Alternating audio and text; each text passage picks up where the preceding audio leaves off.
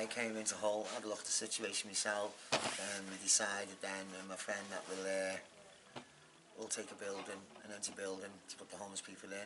Now, when I came down, I was on the understanding that some of them had been put in an hotel for 2 days on Christmas Eve and Christmas Day. Then Boxing Day we'll be back on the streets again. So we decided that what we'll do is we'll come and take a building, so when they came out the hotel at Boxing Day, they would have a place to come into instead of stay back on the streets again. So we found this building open, we came in, we checked it out, and then straight on the Boxing Day we went round, invited the homeless people in from the hotel, so they're going back on the streets, they can come in here. Put a shout out for help, and we got the help, like the mattresses and that, and quilts and covers now. First few days was a bit rough and tough, but better than being on the streets. At least we had a roof over their head for now. And as time's gone on, we just grew, and stuff's been brought in charitable wise from the local community. And like I said, we've been here now 29 days, and we just grew with them as a family, we'll class them as a family. My own intentions of taking this was to make the city council stand up and say there's a homeless problem and get these people rehoused, because some of these people that you see on the streets nowadays, yeah, they're not there because they're druggies or the alcoholics. Some are there because they've had broken relationships. Some have had maybe been kicked out the flats or whatever because they've had to couldn't pay the rent or something, or they've been kicked out from associations, which is private associations that they do this. So in stabilising that what they're doing, I have resorted to doing this and bringing them in. And I'm showing the city council, look, if we can do it on charity without any money whatsoever, why can't they do it with the money they're getting? Why are they ignoring the homeless people on the streets? Why is there aftercare? Why is there no mental health places where they can go to when they get in these flats? They're just thrown into hostels, right, just to pass the buck on. So the hostel is the answer. No, hostels are not the answer. The hostel's not for everyone. Everyone thinks, oh, you got a hostel there, you don't need to stay in the streets. Imagine, let's go for a 30, okay, you've broke down a relationship, your wife's kicked you out to something on the street because she owns the flat, you haven't got the name in the tenancy, and you have to leave, so you end up on the streets. Now, you're not drug independent, you're not drink independent, you just had a bad time in a relationship, then they're going to throw you in a hostel. Now, in this hostel you're going into, you're relating now and mixing in with people who have got drug issues and alcohol issues, so if you're at your lowest point ever, and you see someone taking a drug who's looking high and looking happy, what's the first thing you're going to do? Well, why should I feel this stress like I'm doing when they feel happy? So I'll try that and make me happy, so that they get on just to get the happy hit, and then they want it again and again. Then now they come with a drug addiction then. Same with alcohol addiction. You see someone drinking just to drown their sorrows and think, well, they're looking happy on that, I'll do that. So these hostels are not always the best place. What are they, a quick fix? No, because that's what the government and these councils want to do. Oh, throw them in the hostel, they don't care. Now these hostels are getting like 1,100 a week per person to stay in a house with 3 rooms in, yeah, with 3 people, so each room they're getting 1,300 a week for that per person. So you work that out per person, they're getting £5,000 a month. Work that out in a year, yeah, that's £60,000 a year per person. So if they have 10 in there, that's like 600,000, 20 is 1,200,000, so on. Why not put them in a one-bedroom flat? It's £97 a week for a flat, yeah, to put someone in a one-bedroom flat. Do that on a monthly basis, it costs you less than £400, not £5,000. So your taxpayers' money is going to the fat cats who are saying they're charitable, but they're not charitable. Charity is something when you don't get paid and you don't want no money whatsoever, you just want what comes in towards the homeless. These people don't, they're getting payments. I mean, 80,000 a year salary, company cars, do you know what I mean? Investing into like GP Morgan, leaving money lying there, investing it, when that 18,000 or whatever, 20,000 should be going towards the homelessness. This is what they're doing. So people now are seeing the misery of the homelessness and are jumping on board with it and think, well, it's easy money, let's make money out of them. So what we're trying to stop is to say, listen, get away from this hostel. Get away from throwing people in these hostels. Stop paying the 1,200 that's wasting the taxpayers' money. if you want to put it down, because that's what you'll say, it's the taxpayers who's always got to pay it. So stop doing that. Let's get these in the one-bedroom flats. Let's get them the mental health team in that you need. Let's get the drug awareness team in. Let's get the alcohol teams in. Let's work with these people. As you see, some of the people in this hostel, not in this hostel, so it's not a hostel, in this squat, are all recovering. They all want a new start in life. And what we've done is we took on the ones that no one wanted to know. They're just forgotten about, just left to their own devices. How many deaths are on the streets? Too many. Too many. How many deaths on the streets last year? If you count them all around the UK? Yeah? 27 deaths on our streets, starting from the age of 20 and upwards. Yeah? And we're in England, we're proud to say we're in the United Kingdom. Really? When we got people dying in the streets. Yeah, when all that could have been avoided for the sake of £97 a week. You could have saved a life for £97 a week to put someone in a flat, a one-bedroom flat, and have the aftercare afterwards, like the mental health, the drink awareness, the drug awareness, all that, and all that would have cost them £97.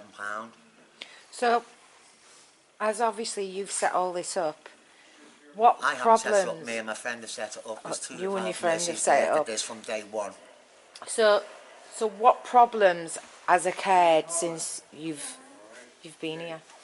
Well, once we took this building, we were expecting some kind of resistance. We were going to expect some like police movements and probably bailiffs to get us out. But MRC, who owned this building, was a letting agency who, being on board day one, they've come in and said, no, look, I'm not going to throw you out. We're going to work with you. We know what you're doing is good and what you're trying to do. You've seen what we're seeing in the building. The building's well looked after, it's not graffitied or it's not like a dirty squat or not like that. So we'll work with you, we'll try and get them housed. I said, well, that's fine, yeah, that's great. That's what we wanted. So MRC have been with us from day one. And there's been massive support from them. It's been absolutely unbelievable. I mean, Michelle from MRC, she's done, I swear, the girl's worked 24/7. She's worked her ass off. She's had to argue, fight with people, associations, which she shouldn't have to.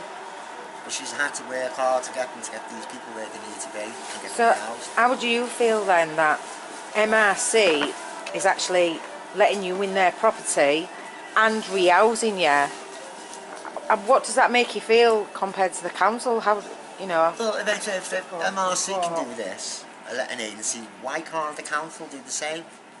Why can't they? We're going there, these are good people, MRC, like ourselves have done this. So why can't the city council do this? They're getting funding for this. There's 50 million given from the government for the homelessness. The homeless guys are not even seeing it. All the fat cats are, like I said, all the £80,000 salaries, or their company cars, you have the 4 holidays a year. Well, these poor guys have got what? Nothing. Do you know what? A cup of soup? Do you know what I mean? After all that millions that's going into them, yeah, and it's not even getting spent on the homeless. Well, no, I'm sorry, that's not acceptable. And they've got to be accountable, and they have to. And some of these charities who are living on the miseries of the homeless people need to be brought to justice and be brought to account. To explain themselves and be exposed for what they are doing. And the people out there who are paying, like, as you always say, people say, oh, it's taxpayers' money, taxpayers' money. Yeah, it is taxpayers' money. Well, if you're so worried about your taxpayers' money then, start questioning where your taxpayers' money is going. It's not going to the right place, it's going to fat cats. Like I said, the £80,000 salary and a company car and 4 holidays a year. That's where your hard-earned cash, their tax money's going. Not on the homeless. Not at all. So we're left to do, likes of me and my friend, I left to resort to taking in buildings, to do that, to get the homeless, to make them stand up, and this government to stand up and say, look, there's a problem with your structure of the homelessness here. Right, there's no help there whatsoever. We need to bring that structure down and rebuild it back up again. So it's helping with the homeless and homeless people getting help. And that's what we want to do. We're not looking for the glory, we're not looking for our hail praises or like that. I don't want none of that. I don't want none of it, neither does my friend. What we want to see is our homeless people off the streets, in the house and getting their lives back together. Some are recovering from alcohol, yeah. Some are recovering from drug use, yeah. They're in rehab in their own little way. Do you know what I mean? They're on methadone. Some are on going to AA now and counselling, yeah, when it's available. So when you see the people that are in here, these are all like recovering, they're away from it. So having this place has been a godsend. Is that what you spilt, Rob? It takes away them away from the drugs around the drug system and the drink system. Because in this hostel, sorry, I keep saying hostel, respect that, it's not a hostel. In this squat, it is drink free and drug free. What they do outside is fine, that's their life. But in here is a place, if they want to get away from it and don't want to be around it, then this is the place they'll be. And that's what they've done. And the 10 people we've got in here have all showed that, how they recovered and how they're looking good now, and now are getting rehoused. I mean, these are only just 10 people. There's 30, 40 people on the streets out there. They need to be rehoused. They need to be picked up. So if you see a homeless guy, don't just walk past him and say he's a waste of space. Put your hand out to him, say hello to him, ask him why is he there? Why is he in the situation he's in? What can we do to change that situation? Is there anything I can do? You don't have to give him £1 all the time, doesn't mean because you want to talk to them they're going to ask you for money. Nah, some of the homeless people out there, mate, still got a bit of pride there. And they count. They've got a voice. And I'll make sure they have a voice. And some of my friends will make sure, the actors will make sure they have a voice. I used to sleep in the doorway, just up the road, opposite. No, not church one. No, about the one opposite British Home Stores. The council came over and said that I was begging, and I was asleep. I was going to sleep in the doorway, and they said to me, they said, right, you can either get up now, and if we catch you again in it, then we're going to issue with a section. What is it? A section 35 issue about me. Took me out at the city centre. I got that, then after that, I made sure that I didn't sleep anywhere where police could get me. And then a couple of weeks later, the council worker come up and issued me with an ASPO, a criminal behaviour order, saying that I was begging in the doorway when I wanted it. We had nowhere to sleep, we were homeless. And so now they've given me that. I couldn't sleep in any doorway. If I got caught sleeping in a doorway, I'd get arrested. It's bad. One of all the workers seen me sat opposite where he used to sleep, and he went, Emma, if you don't get up now, he said, I'm going to have you for breach of me ASPO, so I had to get up and come back here. So how long have you lived in this? How long have you been here? All just in here. Yeah. We've been here from the start. Boxing Day. Boxing Day. Boxing Day. Same as So, and obviously what's happening now with the council then? Have you got a flat or no, have they offered you anything? We've got somewhere with purple house. I'm just waiting for, what's the owner's called? Owners to this? MRC? MRC, I'm just waiting for MRC's in partner with Purple House to try and get us a flat, so they're in talks. They've got me on, but they're just waiting for paperwork back from solicitors. So how do you feel that a building owner of MRC is actually trying to get you rehoused than the Hull City Council? It says a lot. It says that we've had to come and do this because the council bought houses. It says a lot about the council. Doesn't it?